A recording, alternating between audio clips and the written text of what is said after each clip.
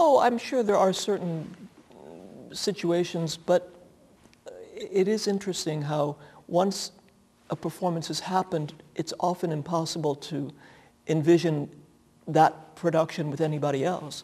And with the cancellations that we've had, there was one year where we didn't do one opera that had the original cast that had been announced, that there had been at least one major change in every production. This past year we had 3 changes in one production, and that was pretty challenging. But the results were staggering, and I think the public really were thrilled by the opportunity of discovering new voices and new talents that they didn't know. And it was one of those things where you kind of look back and wonder what it would have been like had the original singers not had to cancel.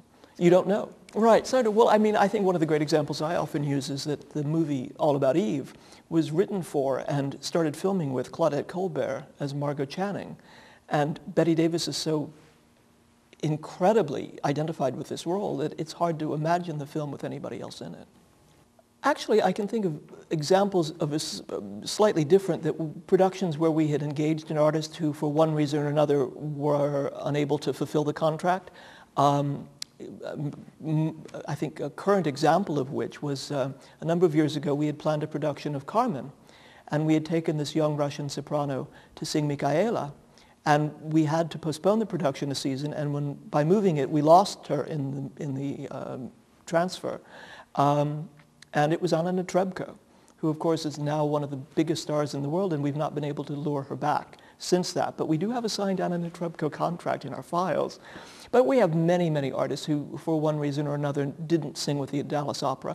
Not because we took a pass on them, but because maybe in our planning they weren't available at the time, and we weren't able to do something. But I know that Joan Sutherland, for example, sang with the company early in her career, but we weren't able to get her back until the very end of her career. And there are other examples. Renee Fleming, of course, sang with us early in her career and is coming back this season to do a gala concert to celebrate our 50th anniversary.